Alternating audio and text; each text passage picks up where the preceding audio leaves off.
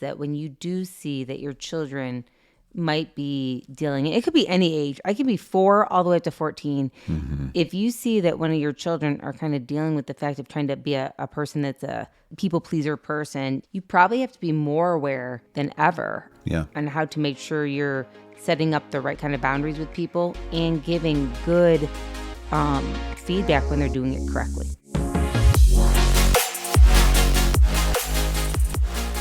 Hello, everyone. We are Greg and Jacquie Francis, and welcome to High Performance Parenting, where our passionate goal is to encourage you to raise champion children in a crazy world. Every week, we will bring you multiple episodes from our extensive experience of raising our six happy, healthy, successful, godly kids who are confidently equipped to win big in life. We deeply believe that any parent who is provided with the right knowledge and continual support can raise amazing kids. And when they do, all of our futures get better. If raising up future generations of absolute champions matters to you as much as it does to us, here's how you can contribute. Like and share this podcast with everyone you know. And together, let's embrace this journey of raising champion kids in a crazy world. Okay, we're back. Part 2 about this. I love the conversation we were just having about this topic, which, you know, I feel like in some ways it's time for us to start addressing some directly what could potentially be someone would feel as a controversial topic. Like, who does have the right to tell me that my kid was acting up, kind of a thing, right? Yeah. Well, you know, for us, we were just describing that one of the things that we need to do when we have our kids go somewhere, and we just use kids' church as an example because, you know, we're there every week, and is to really make sure that we voice as parents to the people who are in leadership there that we want feedback. Like, we want to know if our kids are acting up. We don't want anything sugar-coated. We're not going to be upset. In fact, you're going to be doing us a favor if you let us know, because it's our job, not yours. Correct. It's our job. It's our job to set the standards and to help develop character in our kids. You get to benefit from it, but I need you to let me know if something's off, because you know what? It's none of this stuff just happens like by one conversation. It has to be addressed until it gets built in, right? Right. And I also think another, smart thing to do is to have other tribes of families that you trust to give you input. You know, I will just tell you, if there's people that you respect around your children or around, your family, ask sometimes, be like, hey, if you see something when I am not around, or if you hear something, I would love for you to tell me. I'm not asking you to take care of it for me. I'm asking you to tell me so I can take care of it. And you won't hurt my feelings. If you see my child,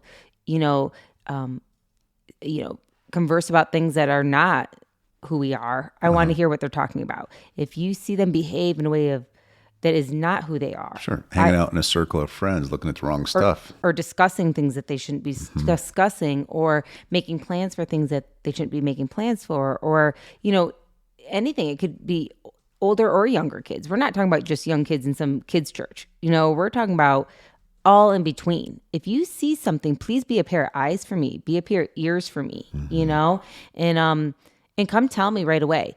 And I will take care of it. If you see my child behaving in a way that is not Christ-like, or not according to what the Word of God says, or not according to what the standards are that for our family, because we discuss them so much, please let us know, because I want to take care of these things. And I think then the next important part is, as a parent, if you say that, really do it. I mean, nothing's harder than when somebody gives you permission to say, I want to tell you I saw something from your child. Just wanted to let you know, not the easiest thing for me to tell you, but I heard this and saw this. If you asked for that kind of feedback, then be a person that takes care of it with your child, and don't expect another parent to have to parent your child. Correct. Yeah. It's like, and again, I don't know if we can stress this enough, that in environments that you're going to be in consistently, could be a sports team, could be whatever, could be with a coach, right? And if you're not going to be there, that you really do have to give this permission, because unasked for advice is always taken as criticism. And I think so you'll naturally probably take it as criticism. And because of that, then the coach or the kids' church leader won't address it with you unless it's a really problem, right? Then it gets to a point of embarrassment. The awkwardness hits. And it's just unnecessary. And, one thing just that we could talk about for a second is, So when you think about these parents, maybe that have kids that show up and the kid acts one way with them and the kid acts a different way. So how does someone fix that, hon? I mean, for us at our house, some of the things we would do is we would be having those direct conversations with our children. We don't really sugarcoat it. We say, this is how you've behaved. We don't give any leeway for it. So when you see this scenario, you think that they're not taking the time and energy to have those conversations at home. Correct. Like for us personally, we take the time. We take the hard conversations with our kids. Do you think they're not doing it because they don't know how to do it? I think they're doing it because most people are scared their kids are going to get upset with them. I think a lot of times parents don't do it because they don't want to keep up with it. So they're still confused about the role of a parent versus a friend. Correct. I think sometimes a parent literally just doesn't want to keep up with it. Parenting is an everyday thing. Yeah. It's not just once a week or when you feel like it.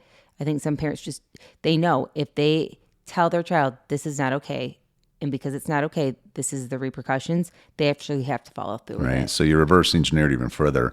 So why would someone care more about being a friend than actually a parent to their kids, right? Is it because that's what their parents did with them potentially? So that was what their normal became? Was it because of the influence that they get, whether it's through social media or books or whatever, that they have a less conservative mindset, let's say? And so now they kind of try to fit in with the committee of they out there. I mean, how does someone get there? Well, and I think it starts at the very beginning. That's not proper. I like it though. Is it? Is what it is. Are the parents even on the same page on how to parent?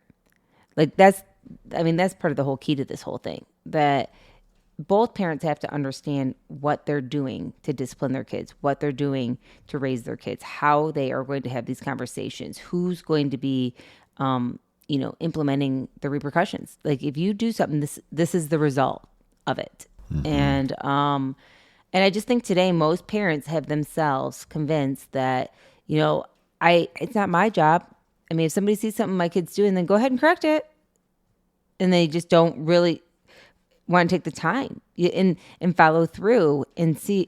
And I guess in the end, the hard part for me is all this is, kids will make mistakes because kids are testing all the time. Sure. I mean, God made them that way. They're not on adults. Purpose. They can't process stuff. They don't understand things. That is our job, to walk through this with them and explain to them how this is going to go.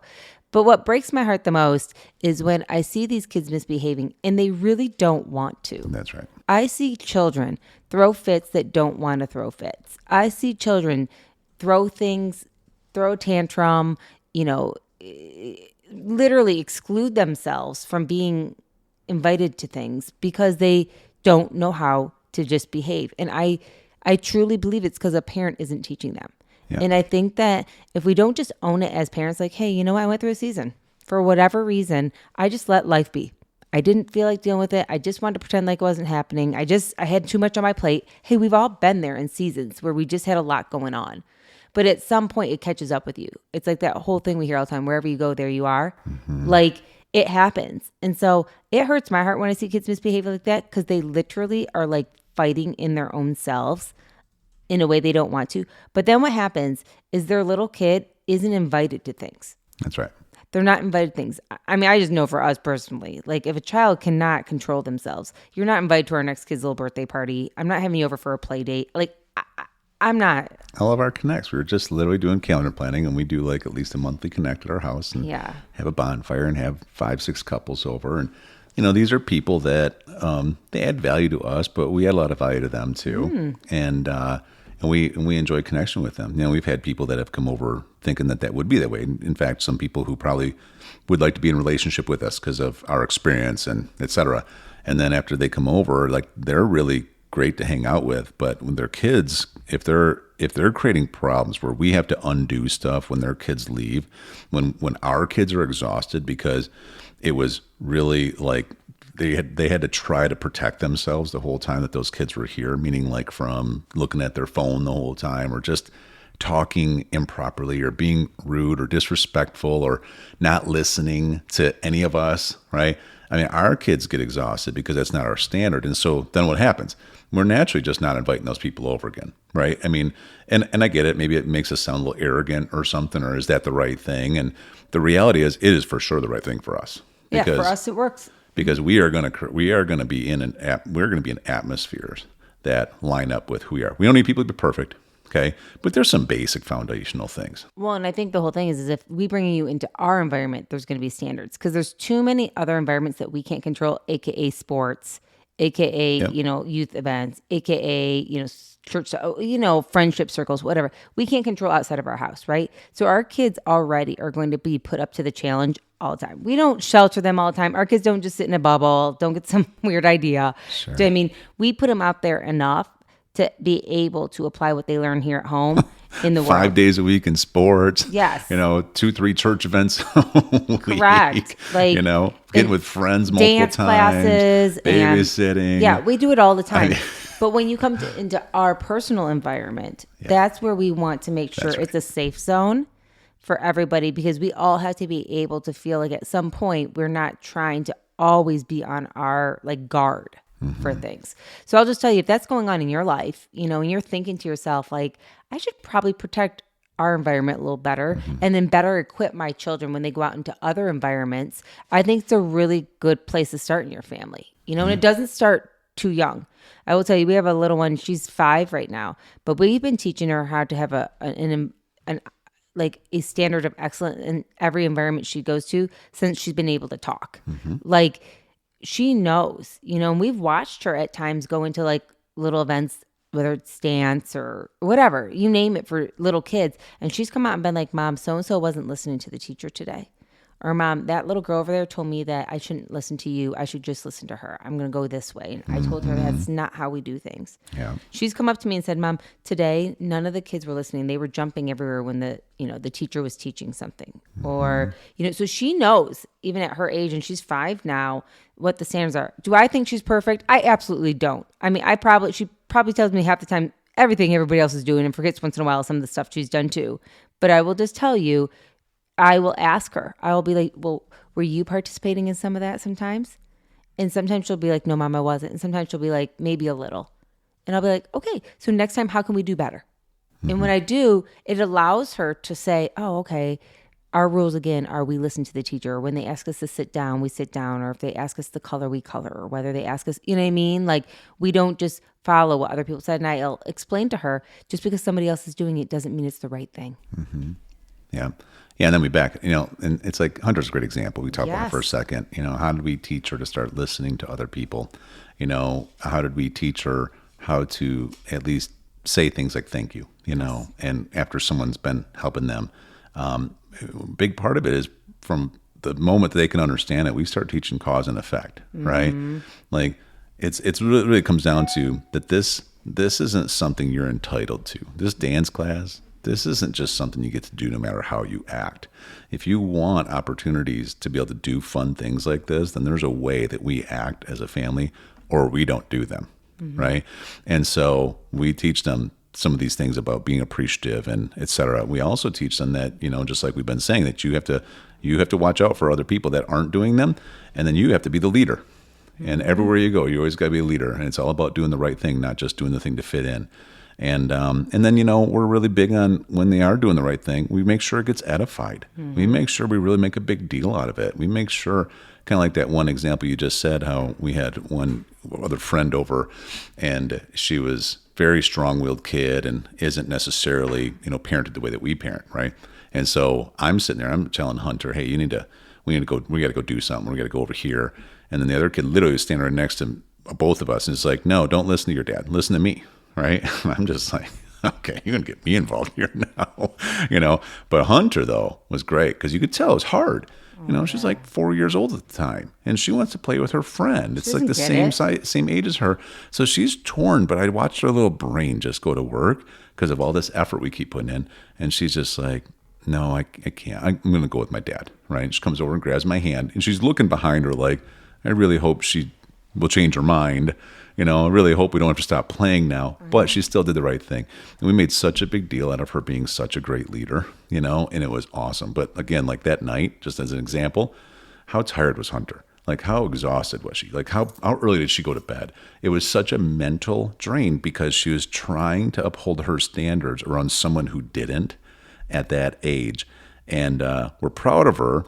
And this is just something she's going to build into her. But again, we, like with that in particular person, we can't be around her. That we have had to set boundaries now. We're only going to be exposed so much because we know, you and I know, that it's really hard on Hunter. Well, and it's not fair. Yeah. That's the biggest thing. And maybe we can talk a little bit that in the next one, just how important it is that when you do see that your children might be dealing, it could be any age. I could be 4 all the way up to 14. If you see that one of your children are kind of dealing with the fact of trying to be a person that's a fitter inner, like a people pleaser person, you probably have to be more aware than ever on how to make sure you're setting up the right kind of boundaries with people and giving good feedback when they're doing it correctly. Yeah, good stuff. Sure do love you, by the way. Love you too. Hey everyone, thanks for listening and thanks for your love and support. We hope that today's episode added tremendous value to you and your family. It would mean so much to us if you would partner with us on our mission of helping parents around the globe raise champion children in this crazy world. To do so, simply take a moment to like and share this podcast with everyone in your network. See you next time.